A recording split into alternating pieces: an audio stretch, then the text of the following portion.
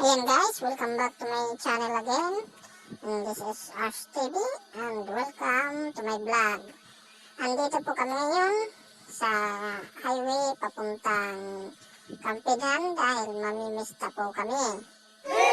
Sana'y samahan niyo kami.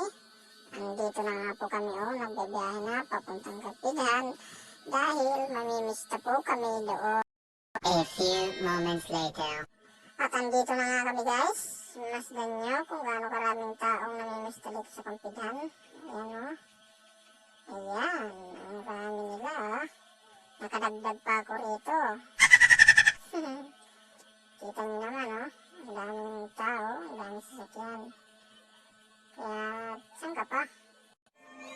Ayun guys, habang andito kami sa highway nag-aantay sa ang pagkain, may napansin ko ang matanda na nagbibenta ng ice cream yan Ang pangalan po niya ay Niknik. Kinakapan niya lang yung bayad sa kanya. Malalaman niya na kung 10 ba ito o 5 piso. Malalaman niya na kung kulang o sobra yung bayad sa kanya. Yan guys. Bilib talaga ako sa iyo, Lolo. 2,000 years later.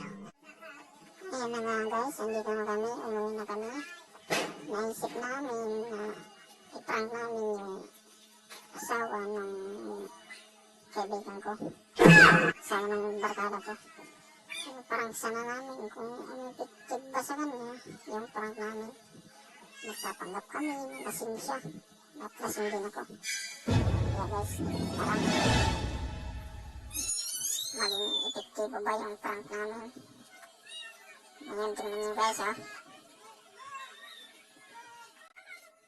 Ayan guys, yung asawa ng barkada ko yung naka-off shoulder. Ayan na nga guys, nagsimula nang sumigay yung kumpare ko. Hindi niya alam na naka-open yung camera, nakatutok sa kanya.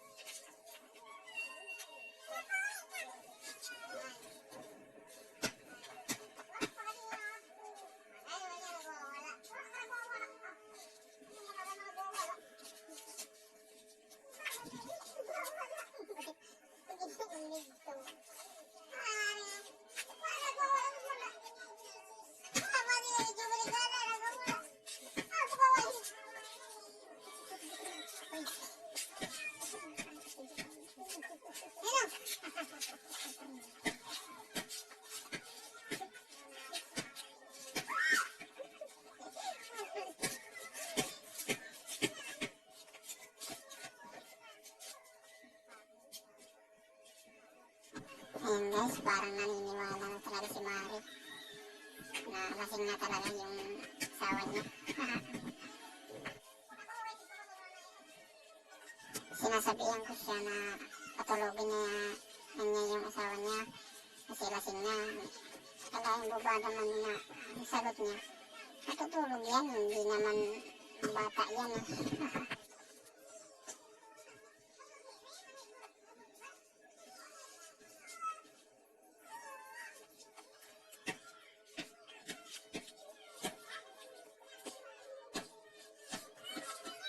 A few moments later.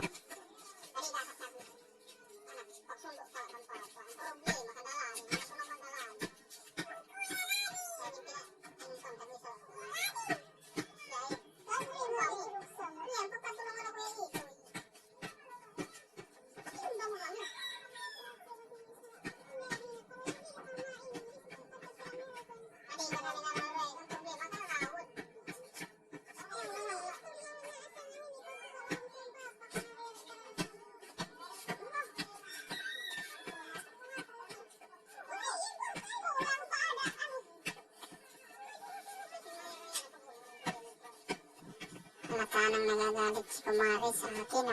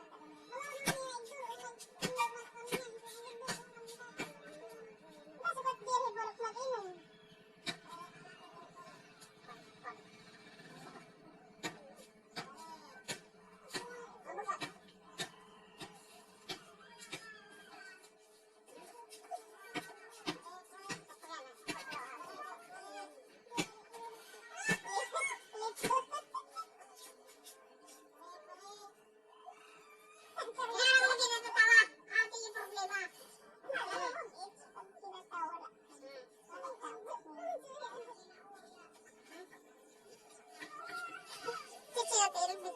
Nari sira. Ako